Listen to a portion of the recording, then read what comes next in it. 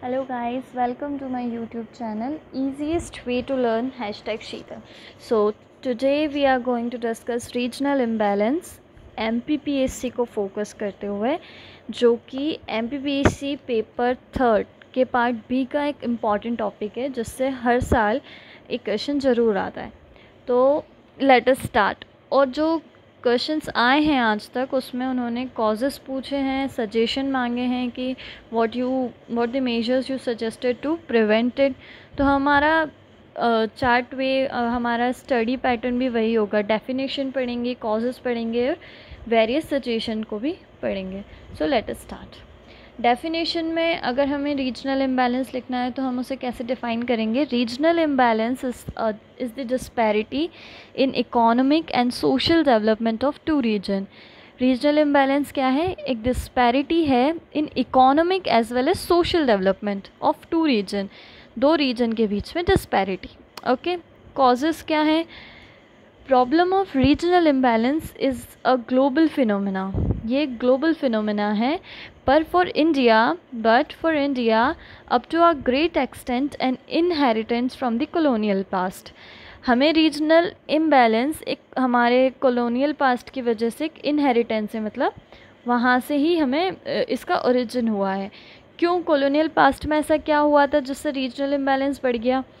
वहाँ पे जो पोर्ट टाउन्स थे, बॉम्बे, मद्रास एंड कैलकाटा, उसी को ज़्यादा डेवलप किया जाता था. तो development of port towns Bombay, Madras and Calcutta lead to present advancement of Maharashtra, Gujarat, Tamil Nadu and West Bengal. Maharashtra Gujarat का डेवलपमेंट क्यों हुआ? क्योंकि वहाँ पे पोर्ट टाउन था बॉम्बे.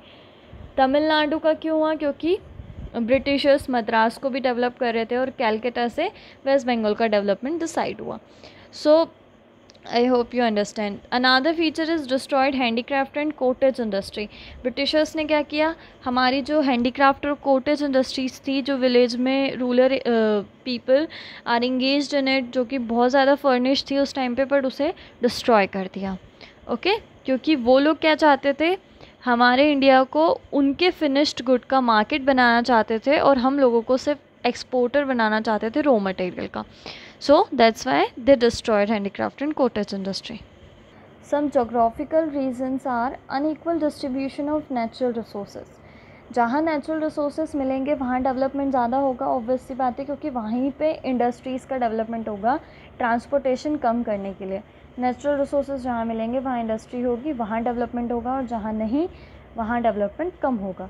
रेनफॉल का अनइक्वल डिस्ट्रीब्यूशन है हमारे इंडिया में. तो जहाँ रेनफॉल अच्छे अमाउंट में होगी वहाँ पे क्रॉप प्रोडक्शन अच्छा होगा, और अगर क्रॉप प्रोडक्शन अच्छा होगा तो उससे क्या होगा कि प्रोडक्शन अच्छा है तो इनकम बढ़ेगी फार्मर्स की और डेवलपमेंट होगा. Alright, another feature is natural calamities. Natural calamities like draught and flood. अगर फ्लड आ जाता है तो पूरा बसा बसाया रीजन पूरा डिस्ट्रॉय हो जाता है. तो नेचुरल कैलामिटी भी एक बिग कॉज है रीजनल इम्बैलेंस का. और अगर हम रीजन स्पेसिफिक बात करें तो plain region are more developed than the hilly ones, क्योंकि हिली टेरेन में डेवलपमेंट करना बहुत मुश्किल है.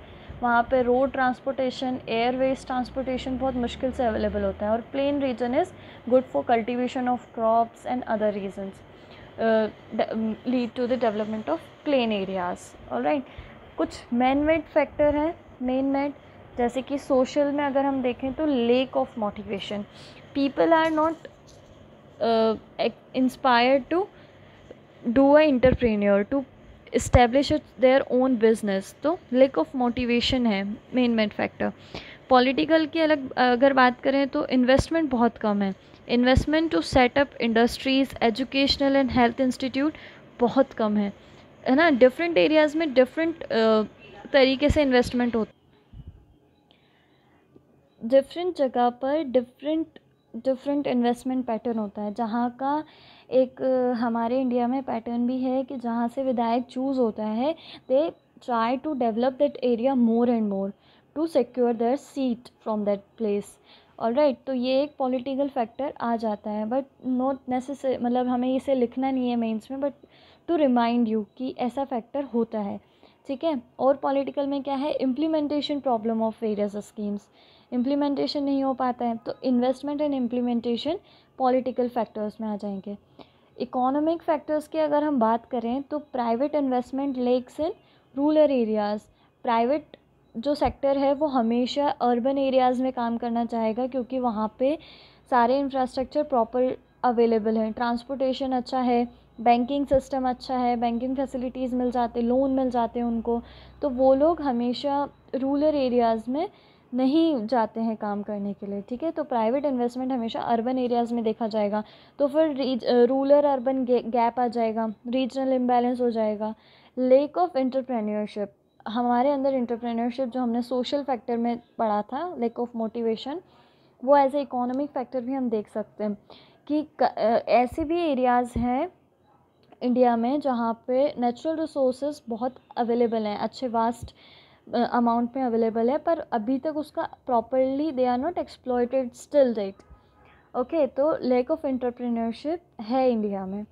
ठीक है, ये तो हो गए हमारे कॉजेज़ ऑफ रीजनल इम्बैलेंस, क्यों है इंडिया में रीजनल इम्बैलेंस। ओके, जिसमें हमने देखा कॉलोनियल फैक्टर देखा कि हमारे पास्ट से हमारा रीजनल इम्बैलेंस जुड़ा हुआ है। रीजनल इम्बैलेंस में एक ये भी कंसेप्ट काम करता है कि जो चीज़ पहले से ग्रोथ जिसकी हो गई वो फर्दर ग्रो करेगा, उसे कहते हैं प्रिंसिपल ऑफ कंसंट्रेशन।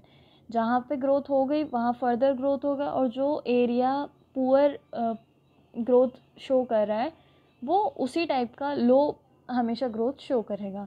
जो the areas developed showing the more developed growth rate. Okay, तो पास्ट रीजन देखा, जोग्राफिकल रीजन्स देखे, और कुछ मैन-मेड फैक्टर्स देखे। अब नीड क्या है, रीजनल इम्बैलेंस को कम क्यों करना है हमें, क्यों ये एक बड़ा प्रॉब्लम बना हुआ है इंडिया में, है ना, क्या क्या इम्पैक्ट होते हैं इससे, तो हम उसके नीड पढ़ेंगे कि रीजनल इम्बैलेंस क्यों कम करना चाहिए। Regional imbalance lead to under utilisation and even non utilisation of economic resources, both natural and human.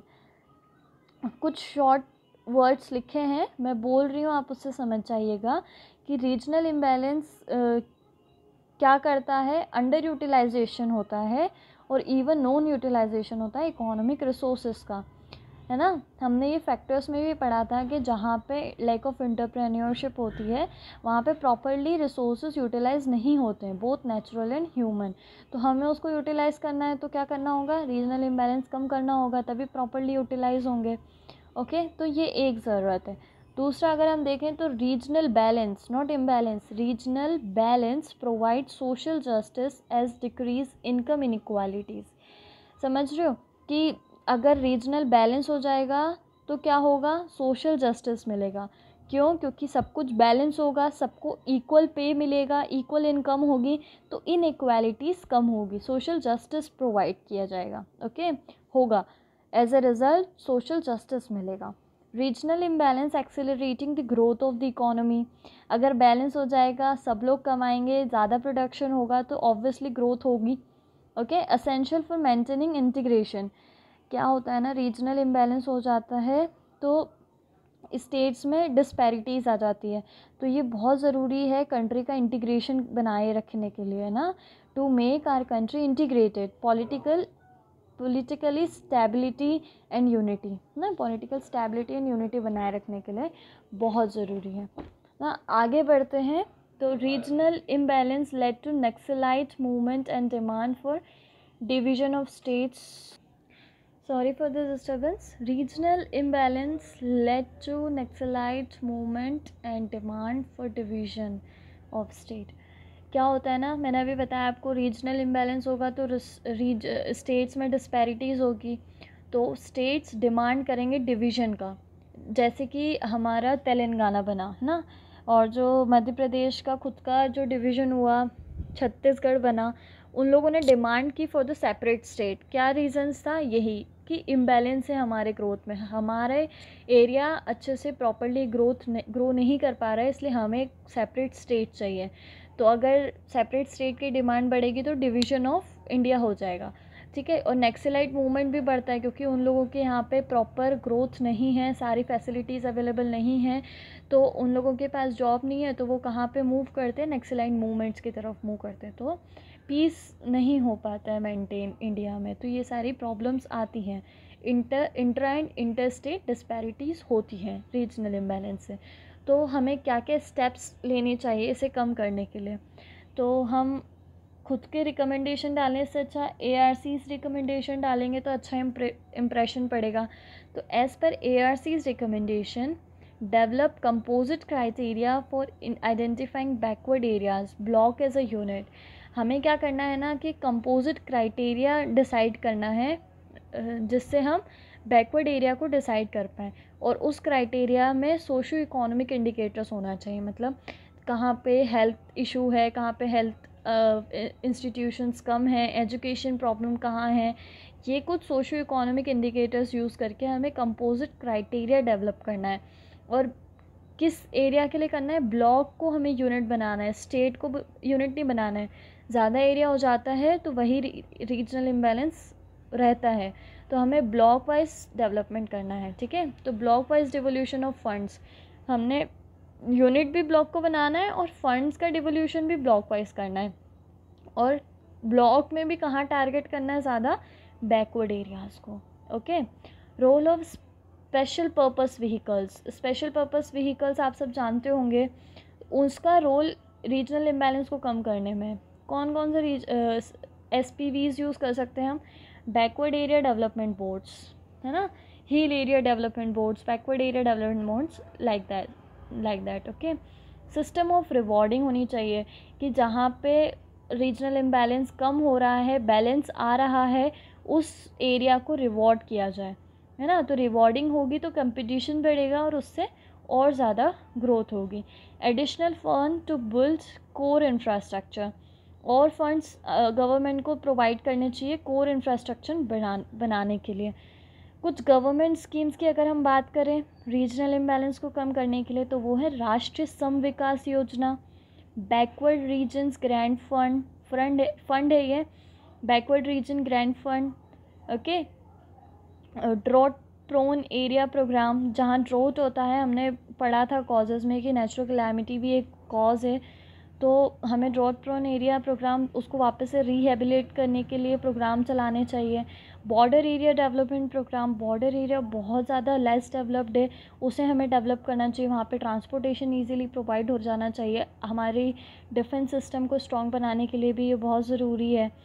हिली area development programme, tribal sub plans, हमारे MP में ट्राइबल का बहुत इशू रहता है कि वो वाला एरिया बिल्कुल भी अच्छे से डेवलप नहीं है, तो उसके लिए एक सब प्लान अलग से बनना चाहिए, okay. Other initiatives are land reforms, जो हमारे इंडिया ने लिए हैं। लैंड रिफॉर्म से भी सोशल जस्टिस आई है। उसने क्या किया? Redistribution of ceiling surplus land, मतलब एक सीलिंग बना दी कि इससे ज़्यादा कोई भी लैंड ऑन नहीं कर पाएगा, इससे ज़्यादा मैं ज़मीन नहीं खरीद सकती। तो अगर एक सीलिंग होगी तो मैं उससे ज़्यादा नहीं खरीद पाऊँगी, तो दूसरे लोगों के लिए वो ज़मीन अवेलेबल होगी। और जिसके पास ज़्यादा है वहाँ से लेके, जैसे कि इनकम टैक्स है हमारा, ज़्यादा से लेके गरीबों में देना, PDS system, okay. So that's about today's lecture. I hope आपको ये पसंद आया होगा। अगर आपको पसंद आया तो प्लीज़ इसे लाइक कीजिएगा, अपने फ्रेंड्स के साथ शेयर कीजिएगा, और MPPSC मेंस की प्रिपरेशन के लिए मेरे साथ बने रहिए। Please subscribe my channel. Thank you guys.